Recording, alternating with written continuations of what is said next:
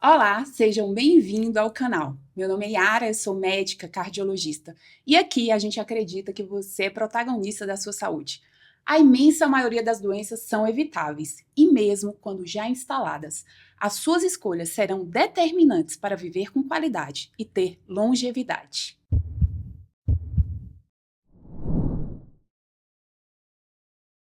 E o assunto de hoje é quente, muito polêmico e cheio de manipulação de informação. É a reposição hormonal. Antes de começar esse vídeo, eu quero pedir que vocês curtam e compartilhem, porque as informações vão ser muito relevantes para a sua vida. E para falar desse assunto, eu convidei a doutora Juliana Delfino, que é médica pela Universidade Federal do Triângulo Mineiro, fez residência em endocrinologia e metabologia, é membro da Sociedade Brasileira de Endocrinologia, de Obesidade e de Climatério. Seja bem-vinda, doutora Juliana. Obrigada. Obrigada por ter aceito esse convite, apesar do nervosismo. Eu agradeço a oportunidade. Bem, o cardiologista, você sabe que entrou em cena nessa questão da reposição hormonal, porque a gente acabou tratando as consequências finais que muitas vezes vêm sendo ignoradas aí pela maioria dos prescritores de reposição hormonal. Mas não vamos antecipar os problemas e vamos para o início desse caminho. O que é uma reposição hormonal? O que seria essa reposição hormonal e qual é a diferença entre suplementação e reposição? Porque eu acho que isso é a chave aqui do podcast de hoje. Exatamente. Quando a gente fala em reposição hormonal, a gente está falando em repor algo que está em falta. Então, a gente vai avaliar se existe uma deficiência daquele hormônio e uma vez diagnosticada essa deficiência, comprovada essa deficiência, a gente faz a reposição hormonal. Então, em endocrinologia, a gente faz reposição hormonal. O que seria suplementação? A suplementação seria eu adicionar algo mais. E aí, nesse caso, que muitas vezes é chamada também de modulação hormonal, erroneamente, eu estou causando um dano a essa pessoa, porque eu estou causando um excesso de hormônio no corpo dessa pessoa. Então, endocrinologista faz reposição hormonal. Esse é o único termo que a gente utiliza. A gente não utiliza e não faz nem suplementação, nem modulação hormonal. Existe um equilíbrio do nosso corpo, né? Esses hormônios não estão por esses níveis à toa, né? De evolução da humanidade, e existe um motivo para isso ter máximo, né? Exatamente. E quais os principais tipos que a gente pode falar da sua prática, né? Do dia a dia de deficiência hormonal? O hipotireoidismo é disparado a principal causa de deficiência hormonal que a gente diagnostica, mas a gente tem outras deficiências aí hormonais que não são decorrentes de patologia de doença, como por exemplo na mulher, a deficiência hormonal ovariana, que faz parte do ciclo de vida dessa mulher. A gente pode ter no diabetes, especialmente no diabetes tipo 1, uma deficiência hormonal do hormônio insulina, mas a principal realmente é relacionada à tireoide, ao hipotireoidismo.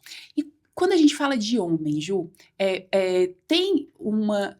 Qual é o tipo de deficiência do homem? Porque isso tem essa questão da modulação ou da suplementação, ou mesmo aquilo que eles chamam erroneamente de reposição, vem acontecendo também bastante em homens. O homem, efetivamente, quais são os problemas hormonais que levam eles ao seu consultório para essa reposição? Geralmente, essa suplementação que tem sido feita excessivamente nos homens, a gente está falando mais da reposição de testosterona, que na maior parte das vezes nem é uma reposição, é uma suplementação, com finalidade estética ou para uma melhoria de performance, de disposição, que muitas vezes não está associado com a deficiência hormonal, e sim com o estilo de vida. Nos homens, a gente vê com muito menos frequência uma deficiência de testosterona, como acontece na mulher. Não faz parte normalmente do processo de envelhecimento masculino que tem essa deficiência hormonal, embora isso possa sim acontecer. Uhum.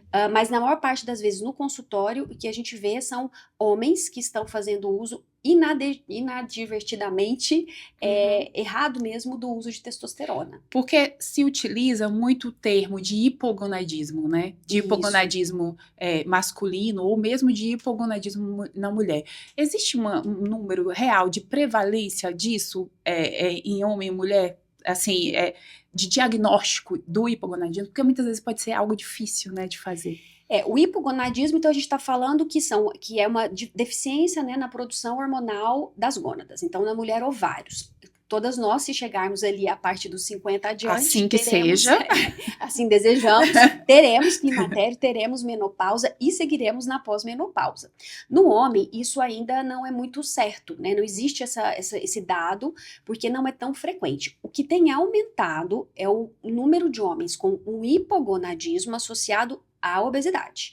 Ou seja, o ganho de gordura abdominal especialmente, né, que seria mais uma obesidade visceral, gera um processo inflamatório que sim, ele tem um impacto negativo na produção hormonal dos homens. E isso é maravilhoso, porque na verdade essa deficiência é uma consequência da obesidade na grande maioria das vezes e não a causa.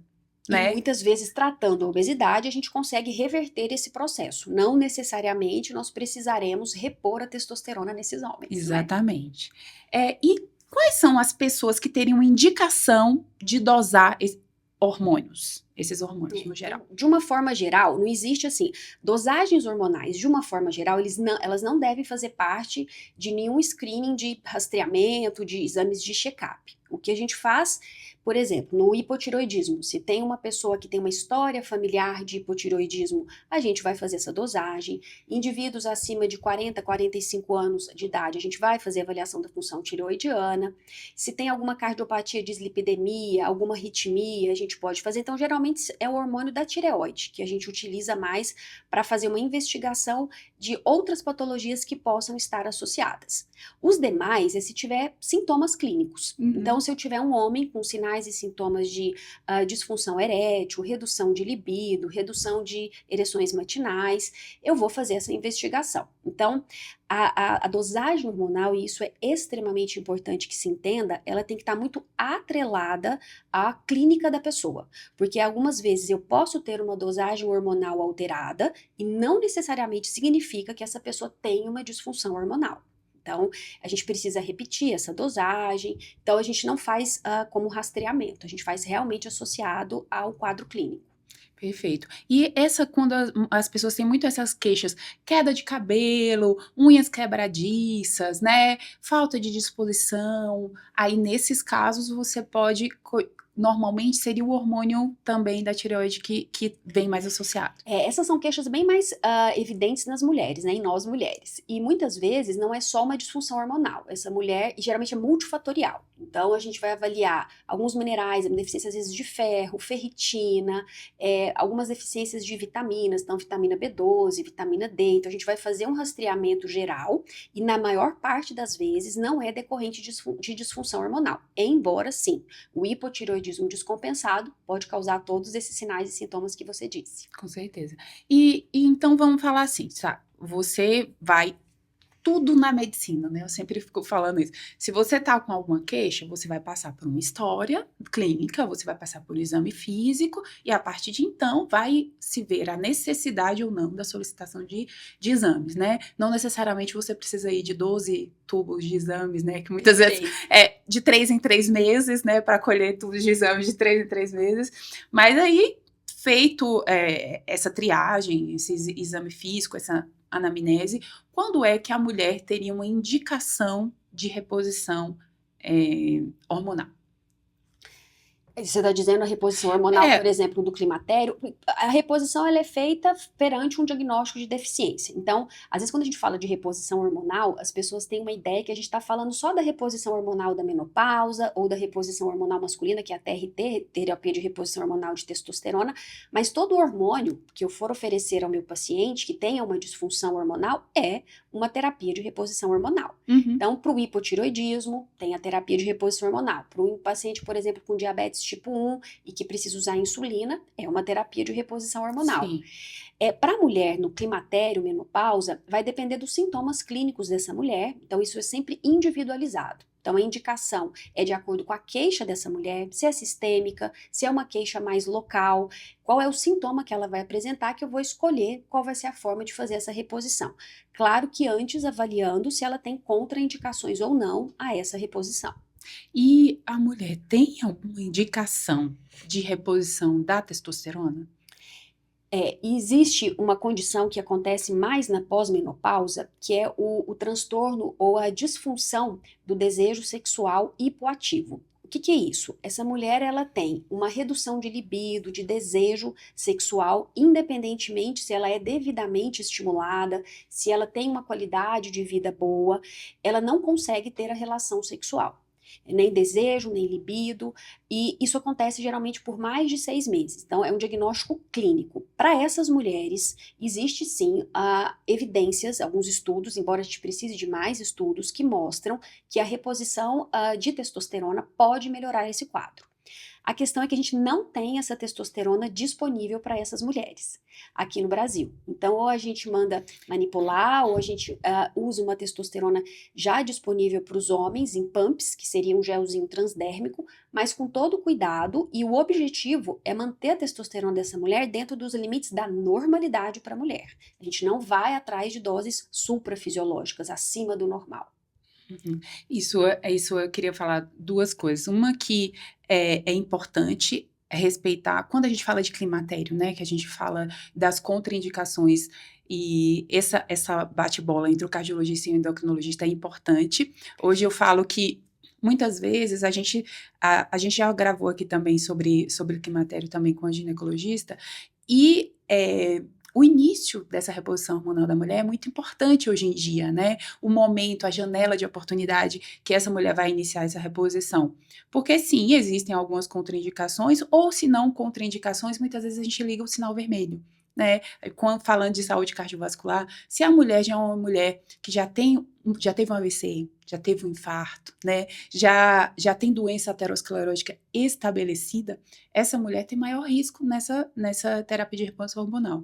Ou um sinal amarelo, se essa mulher é hipertensa, diabética, já tem uma obesidade, então vamos prestar atenção. E tem as mulheres que não, ainda iniciam os sintomas, né, do climatério e ainda não tem nenhuma doença, tem um estilo de vida saudável, enfim, não é obesa, não tem hipertensão, aí é um sinal verde, né? Você como fala um pouquinho a respeito disso, Exatamente, perfeitas as suas colocações, porque quando a mulher chega até o nosso consultório com os sintomas do climatério, transição menopausal, porque é válido a gente lembrar aqui, menopausa é quando a mulher fica 12 meses sem sangrar, sem ter alguma outra causa secundária. Mas antes disso, ela passa por um período de transição, em que ocorrem essas oscilações hormonais, essa mulher já pode chegar ao consultório com muitos sintomas relacionados ao climatério, e antes de eu iniciar a reposição, eu preciso conhecer essa mulher, eu preciso saber como é que está a saúde cardiovascular dessa mulher, porque a gente sabe, se ela tiver uma saúde cardiovascular preservada, eu posso fazer essa terapia hormonal da menopausa com uma segurança maior, mas se essa mulher já tiver algum comprometimento da sua saúde, especialmente dos vasos sanguíneos, uma alteração de colesterol, alguma plaquinha aí de gordura, às vezes eu vou precisar de uma estatina, eu vou precisar dessa avaliação adequada do cardiologista, até para a escolha de qual via, como é que eu vou fazer a reposição dessa mulher? Via oral, transdérmica, vai ser só tópica, sistêmica ou não? Então tudo isso vai depender muito da gente avaliar essa mulher como um todo. E como você disse, se ela tem diabetes, se ela tem obesidade, muda completamente a forma com que eu vou escolher fazer a reposição dessa mulher. Como é feita normalmente essa reposição aí, falando da mulher, né? As vias e como é feito na prática. Principal ponto, não precisa ser manipulada. Então, mais uma vez, a terapia hormonal da menopausa não precisa ser manipulada, porque nós temos todas as apresentações já disponíveis lá na farmácia, com bula, indicações, contraindicações, para quem a gente vai reclamar se der alguma coisa errada, Com certeza que a gente não importante. consegue, né, ter no manipulado. Mas a gente tem as vias, a terapia hormonal da menopausa sistêmica, em que a gente vai ter a via oral, tem o gel transdérmico, tem comprimidinhos que podem ser via oral ou intravaginal, a gente tem alguns PETs hoje em dia que voltaram ao mercado e facilita muito essa reposição hormonal, que são como se fossem adesivozinhos que a mulher coloca, troca 2 vezes por semana, e a gente tem um tratamento que a gente fala mais localizado. Se ela tiver mais sintomas relacionados só ao trato ali vaginal, né, do aparelho reprodutivo e vaginal, a gente pode utilizar o ressecamento vaginal, por exemplo, só cremes tópicos, um tratamento local. Implantes hormonais não são considerados terapia hormonal da menopausa. Isso também é algo extremamente importante que a gente enfatize aqui. Exato. E, assim, a reposição disso que a Ju tá falando, que se encontra na farmácia, é na maioria das vezes, estradiol, ou você vai, algumas vezes, associar também a progesterona aí, né? O que a gente tem ali na farmácia, a gente tem tanto o sintético quanto o natural. Né? Então, esse embate, essa dúvida que às vezes os pacientes ficam é, doutora, mas eu quero fazer a minha terapia hormonal da menopausa com os hormônios bioidênticos. Ótimo, sim. Então, bioidênticos são os mais parecidos com o nosso. E sim, nós já temos isso disponível na farmácia, o 17-beta-estradiol, a progesterona micronizada. Então, nós já temos hormônios parecidos com os nossos, com as mesmas estruturas e que podem ser considerados bioidênticos. Não precisa ser manipulado. Perfeito. E agora, até voltando um pouquinho do que você falou no início, falando um pouquinho do homem, né? Muitas pessoas falam, né? Não consigo perder peso por conta dessas minhas alterações hormonais, linkando um pouquinho ali com a obesidade. Explica um pouquinho se essa baixa hormonal, né, causa ou consequência da obesidade, né? Como que acontece isso aí, esse hipogonadismo secundário, né? No homem é um pouquinho diferente da mulher. Então, na mulher, quando ela entra ali no climatério, transição menopausal e menopausa, a redução do estrogênio está associado com uma mudança na composição corporal dessa mulher. Então, quando ela ganha peso, essa gordura corporal vai mais para a região abdominal. E justamente é aquela gordurinha que a gente fala que é mais perigosa, porque é a gordura visceral de tudo isso que a gente falou, que gera um processo inflamatório. A gente sabe também que na menopausa, né, com a redução dos estrogênios, essa mulher passa a ter muitos sintomas. Ondas de calor, a qualidade de sono ruim, alteração de humor. Então, essa mulher passa também a consumir alimentos mais calóricos como uma recompensa. Então, alimentos ricos em açúcar, em gordura. E o ganho de peso mesmo decorrente do climatério da menopausa, ele não é tão grande. Em torno aí, os estudos mostram 2 quilos, 2,5 kg. O problema maior é a distribuição e o estilo de vida dessa mulher. Porque às vezes ela fica muito sintomática, ela para de fazer exercício físico, então ela vai caminhar aí por um sedentarismo, ela pode perder massa magra, então é mais uma alteração de composição corporal. E até de humor mesmo, ele pode entrar numa depressão, numa ansiedade, nesses sintomas. Exatamente. No homem, o ganho de peso pode gerar o hipogonadismo, que é isso que a gente falou de um hipogonadismo funcional. Então, especialmente se ele ganha uma gordura abdominal, a gente sabe que existe uma enzimazinha ali chamada aromatase, e o que vai acontecer? Essa testosterona desse homem é convertida em estradiol e ele acaba tendo níveis circulantes menores de testosterona. Então, ele é o que a gente chama de um hipogonadismo funcional, que não necessariamente a gente precisa repor, como a gente disse, é realmente trabalhar aí essa perda de peso, essa melhora da composição corporal. E uma coisa que eu queria que você falasse a respeito das mulheres jovens, que, assim, muitas meninas, né, de 25, 30 anos, ou até antes, estão... eu falo que como se estivessem castrando o eixo, né? Porque você começa a fazer uma reposição, uso de implantes, e esse estradiol, gente, ele nos protege a mulher do ponto de vista cardiovascular, né? A mulher, ela tá protegida, tanto que o aparecimento das doenças cardiovasculares é mais tardio na mulher do que no homem, porque até antes da menopausa, essa mulher, ela tem uma proteção cardiovascular. E muitas dessas mulheres jovens, elas têm invertido esse eixo, né? Fazendo com que bloqueando esse eixo, esse perfeito de funcionamento na idade jovem, e o aparecimento dessas doenças cardiovasculares cada vez mais cedo nessas mulheres, o aparecimento de AVC, de embolias, de trombose, enfim. Exatamente, aí cai no início da nossa conversa, porque essas mulheres, elas não estão fazendo uma reposição, porque elas não têm deficiência hormonal, elas estão fazendo uma suplementação. E geralmente com uma finalidade estética. Então são utilizados hormônios aí, geralmente com efeitos androgênicos, né, efeitos muito parecidos com o da testosterona, em busca de quê? Melhora de libido, melhora de performance sexual e mudança de composição corporal, no sentido de aumento de massa magra. E acabam tendo vários efeitos colaterais que a gente vê no consultório, no dia a dia, que antes eram aí uma acne, queda de cabelo, engrossamento de voz, aumento do clitóris, e hoje a gente vê doenças cardiovasculares cada vez mais frequentes, né? Mulheres aí com trombose, com infarto, com embolia, jovens, e quando você vai avaliar, é consequência do uso de hormônios de forma inadequada. Exato, porque assim, você parece, normalmente essas mulheres, elas estão, homens e mulheres, né, elas estão inseridas num contexto que é fitness, que é wellness, né, então é aquela pessoa que tem uma alimentação saudável, que pratica atividade física, por outro lado, você tá se intoxicando, você tá causando um mal e você tá perdendo o benefício dessas duas coisas de alimentação e de atividade física em detrimento desse bloqueio dessas alterações hormonais que você causa como consequência. Inclusive, homens, né, que fazem o uso de homens e mulheres com uso de testosterona, eles têm queda de VO2, que é um marcador, né, de prognóstico, um dos maiores marcadores de longevidade, que diz respeito ao consumo de oxigênio. Isso se refere à sua eficiência corporal, a eficiência da sua célula, do seu coração, dos seus músculos, dos seus vasos. E, a despeito dessas pessoas serem um mundo fitness, né, você tem uma capacidade funcional ruim, anda um pouco na esteira, tem um teste cardiopulmonar com VO2 baixo, né, e perdendo esse benefício de um estilo de vida saudável.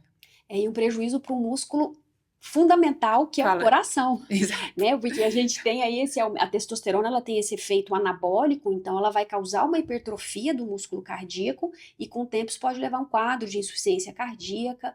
É uma busca, na verdade, por um corpo que não é fisiológico, que não é normal, é ir muito além. Então essa suplementação ela pode causar enormes danos, como você disse, é como se uma pessoa tivesse a sensação de que ela está se cuidando e, na verdade, o contrário, né? Ele está causando sérios danos para o seu organismo. É uma situação realmente alarmante pelo fato justamente do que você disse, pessoas cada vez mais jovens, eu recebo isso direto no consultório, alguns porque foram em procura disso, outros porque foi prescrito e ele nem estava procurando esse tipo de tratamento. E chegam ao consultório realmente assustados com os exames de sangue, por exemplo, né? Exato. Que a gente observa aí a alteração do perfil lipídico, pessoas que não têm alteração de colesterol alterado, alterações aí do hematócrito, né? Que é esse sangue que ficaria aí, vamos dizer para as pessoas entenderem melhor, um pouquinho mais grosso, com maior chance maior de trombose, de eventos cardiovasculares. Você vê ali no início, eu vejo lá na UTI internado. Exatamente. Ou então agora no ambulatório de insuficiência cardíaca também, infelizmente. E a gente tenta intervir aí na ponta aqui, né? No início, para que não chegue. Estamos numa guerra difícil, Ju, estamos numa guerra difícil, mas quem sabe, né? Não vamos desistir. Não vamos desistir. Existem no caso aí dessas mulheres, né? Porque vão ter aquelas mulheres que têm contraindicação. Existem alguns alimentos que vão aumentar esses hormônios da mulher que precisa fazer essa reposição? Quando a gente fala de alimentos, para tudo, né? Seja obesidade, diabetes, a questão hormonal, sempre surge, vez ou outra, um superalimento, um alimento poderoso. Então, não existe nenhum alimento em específico. Existe um contexto alimentar, existe uma dieta que, quanto mais nutritiva, melhor. Então, vamos pensar numa dieta que seja rica em fibras, verduras, legumes, proteína, se a pessoa ingere proteína de origem animal, que tem um teor de gordura menor, que tem uma proporção adequada de carboidratos, proteínas e gorduras, e aí as proteínas têm um papel extremamente importante, porque com o avançar da idade, especialmente aí no climatério e menopausa e pós-menopausa, existe uma tendência de perda de massa magra. Então a gente precisa fazer mais exercício de força para conseguir manter a nossa massa magra, a nossa autonomia, se formos chegar aí aos 80, 90, que seja, e a gente precisa também aumentar o nosso consumo proteico, e muitas vezes a gente observa que as pessoas reduzem o consumo de proteína. Então, por isso é tão importante nessa fase passar por uma consulta também com o nutricionista para avaliar justamente como é que está essa composição alimentar da pessoa. Então, é um contexto alimentar de uma forma geral, e não o alimento em si, sozinho, isoladamente. As pessoas estão sempre procurando a bola da vez, né? A única solução. E, gente, tudo que nós formos falar aqui é um único fator. O nosso corpo ele é tão complexo, não tem nada especificamente. Muitas vezes eu pergunto, tem alguma coisa para limpar o vaso? O alimento é alho? Não sei. Não, né? Você tem um contexto alimentar, você tem um contexto de vida, um contexto de estilo de vida que Perfeito. vai melhorar ou minimizar esses efeitos, né? Até porque se eu tenho uma pessoa que ela come muito bem, foi um nutricionista, faz uma dieta perfeitamente bem equilibrada para ela, mas é uma pessoa que não dorme bem, que não gerencia o estresse, que não pratica exercício físico, ela não irá colher todos os benefícios dessa alimentação saudável. Então é todo o contexto. A ideia é que todos esses pilares estejam aí mais ou menos equilibrados ao longo da nossa vida.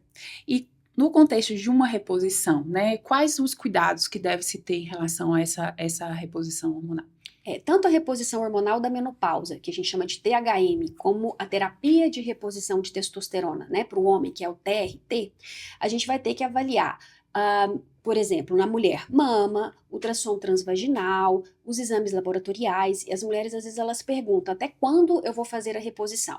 A gente sempre deve responder até a próxima consulta. Então, se estiver tudo bem, se ela não tiver nenhum evento, por exemplo, cardiovascular, um infarto, uma isquemia, uma trombose, uma embolia, pela terapia de reposição hormonal atualmente realizada, esse risco ele é muito baixo, porque cada vez mais a gente tem utilizado doses e formulações de hormônios muito parecidas com as nossas. Então, normalmente isso a gente não observa na prática, no dia a dia, mas qualquer evento que ela tenha, a gente precisa suspender e reavaliar. Por exemplo, um nódulo de mama, a terapia hormonal da menopausa, ela não causa o câncer de mama, mas ela pode favorecer o crescimento e proliferação. Então, a gente tem que estar sempre vigilante com a mama dessa mulher, com ultrassom, mamografia, o endométrio, que é a camadinha interna do útero, através de uma ultrassonografia transvaginal. E no homem a gente vai avaliar o PSA, como é que está essa próstata, o hematócrito desse homem, se eu estou repondo a testosterona e os valores estão dentro do fisiológico. Então, no homem a gente tende a dosar mais a testosterona. Na mulher a gente não faz essa dosagem de estradiol. No homem a gente dosa para que fique ali dentro do fisiológico. Então, é o acompanhamento. Então, o primeiro momento é fechar o diagnóstico, se tem ou não a necessidade de fazer a reposição.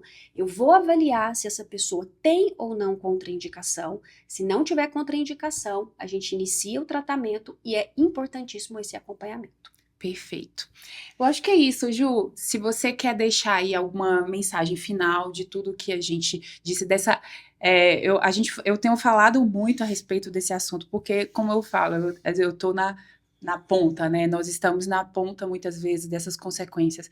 E é uma luta muito desleal, muitas vezes, porque são influenciadores, são pessoas que estão aí na mídia, né? Assim, promovendo, achando que implantes hormonais, que essa suplementação é normal, é fitness, é saudável, e a gente está na ponta ali vendo consequências muito desastrosas, né?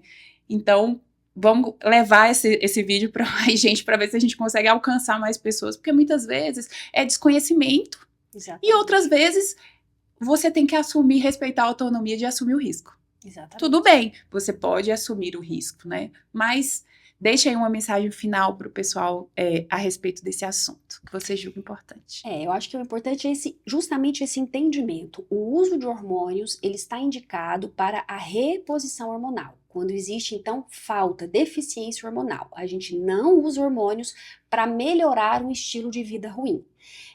E eu, como endocrinologista, gostaria muito de que os hormônios tivessem todo esse poder que as pessoas imaginam que eles têm, sem causar nenhum dano.